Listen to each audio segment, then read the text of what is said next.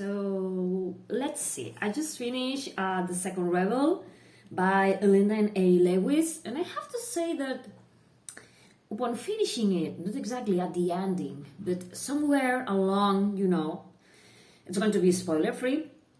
But I kind of hate the author a bit. Not the persona, not the human being, but the author that decided that certain things had to happen. Because I was reading and I was like, there is no way that this is going to happen. Caught me surprised because Linden themselves said to me, let's see if you're as happy as you are now when you finish the book. And I was like, don't scare me. Okay. Serves me right. Okay. No, honestly, I did love this one. I think that it's an amazing book. It introduces new characters who also have their own narratives, which I did love because it expands the world and the point of view even greatly. And certain things that happen in this book, I think that they had to happen like they do. As I say at the beginning, this is going to be a spoiler-free review, which is going to be complicated when I want to articulate certain things, but, I try to be, very vague. The thing is, I personally hate when you have a book or a movie or whatever, and there's going to be like high stakes. People are going to war, people are going to rebel, there's going to be lots of fights, and everyone survives. I think that's not a realistic point of view, because when certain things happen, there's people who are going to suffer for it. And I think that Linden did great way, I don't know how to put everything into words because there's so much to say. I think the take they did on the book, it's amazing because it tells a story. You're following the characters. You are understanding where they all come from, which is an amazing thing. But you also can see all the scars that these characters have. And I'm not talking about the physical ones, but the things that they go through, the things that they do, the things that they don't do, and the things that are done to them and everything.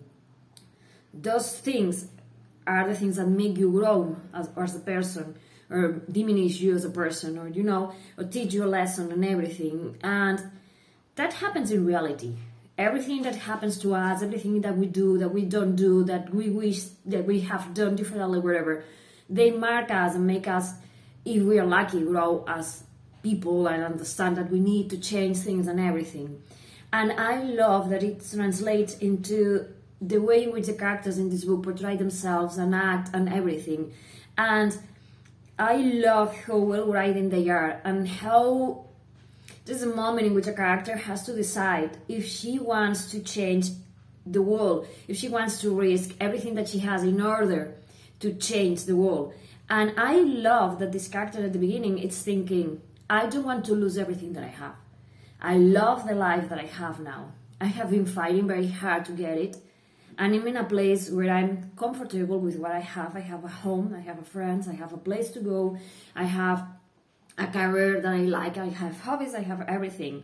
So the first thing that this character thinks when presented with the chance of doing something risky that can help the rebellion is, do I want to lose all of that? No, I don't. And I think that's very realistic because I love the characters on this book because they're human. And they think about, I want to do things, but I don't want to lose the status quo that I have. And then things happen and they decide to go for it or not. It depends. I'm not going to say much more. But I love how real it is, because when you are going to do something, you find yourself thinking, but what is going to happen to the life I have now? So I love to have this. I love we have heroes in this book, like real ones, fleshed out heroes that think about, how everything that they're going to do affect them, and not only like in the big scope of things. I'm going to rebel because I want to free people, or I want to, but on the small things too. And well, I don't think that having a home and having a job and having, the place you always wanted to have, it's like a small thing, but you know what I mean. Anyway, yeah, I'm digressing. This book is going to pick up after the first one. We're going to have our first sister. She is trying to be the new mother. She wants to change the things about the things that she doesn't like about the sisterhood, the enslavement of different women, how they lose their voice, and all the corruption that she begins to uncover as she, begins to dig and observe the different aunts and how the sisterhood really works. And I love that this character finds that she has in herself this power, this capacity of trying to do good with the things that she has. And also we are going to be having Hiro or Lito, that for me, like, they're this inseparable unity, even if they are far apart and they're like living different lives at this point in the book. But I love that Hiro was like the spark and Lito was like the fire that, that wanted to change from that spark. And I love where the story are going to be taking them. And I love that Hiro is also thinking about recovering who they were before, their father wanted to change them. And I love that we are still thinking about when they look at the mirror and they see a face that's not their own, and they are suffering from the pain of the prosthetics, and they're always constantly in pain. And I do love, as someone who lives with chronic illnesses, I love that we have this kind of representation about how pain changes you and the way in which you interact with the world. And we're going to have other characters too who are suffering from chronic pain from different reasons, and this is something that I love to have in books, because all kinds of representation are good, but I love that we have all this variety in the same book, which is amazing. As I was saying, we are going to be following Hiro. They want to recover who they were, and they want to be their own persona. They want to look like they're thinking, I used I look in the mirror and I used to see my face, and now this is not my face, this is not my body, this hurts, the prosthetics. And really, if you think about it, what their father did to them, and it's like, yeah, how can you do that to a person? And how can you do that to your own son? I mean, that's crazy. And when you keep on reading, and I say their own son, because there is this chapter in the book in which Hiro's father wants them to decide if they're a boy or if they're a girl, because they don't understand, he doesn't understand that Hiro is both and neither and whatever the hell they want to be. And for me that was very revealing, but you cannot, to go from there to be the monster, but I guess that he already was a monster, right? Of treating his own family like that. Yeah. There's so many things about this book to talk about, and not only the plot and the action and the rebellion and the different classes fighting, but as you can see, as a personal level, there's lots of things. And yeah, I want to talk about it, but I'm not going to be able, because I don't want to be talking like half an hour about this, because you won't be seeing that.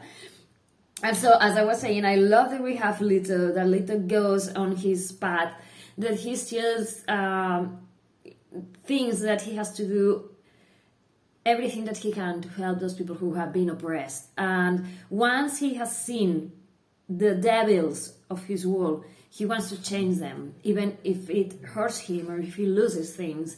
And I love that once he has opened his eyes, he refuses to close them, and he keeps on fighting, and he's an amazing character, obviously. And I do love that we have chapters by Lucy. I love her as a character. Yeah, color me surprised, because at the beginning I thought that she wasn't going to be like this amazing character that she turns out to be, but I love her to bits. I love everything that she goes through. I love the decisions she makes. I love where the story and her decisions bring her. And I really, really, really need to keep on seeing what's going to happen to her and what she's going to do, because I love where she is now. And yeah, there's going to be a new sister called Lily, and wow, that's everything I'm going to say about it. As I say, I love the story. I love where Linden are writing their characters. I love, for me, I'm a character-driven reader, so having these characters for me is amazing. The story is amazing, the plot is amazing, the world building is amazing, the things that happen are amazing, the imagination behind the story, it's wow. But I do love those characters. I love how they go through different things and how they react and the situations that they face and the things that they believe in, and also the shit they had to go through while growing up and living, and Hiro coming from that father that doesn't accept them and who is like this very Machiavellic evil person. Lito coming from from the suburbs, being abused by his parents, protecting Lucy. Lucy expressing who she is at the beginning of the book through art, and wanting to please everyone and be accepted, and going to the extremes where she goes when when she has to take a stand. Lily, for me, was like a very interesting character. I have to say that from the very beginning, when she appeared in the first book, it was like, okay, you're appearing like in the ending, but you look like you are going to be an amazing character.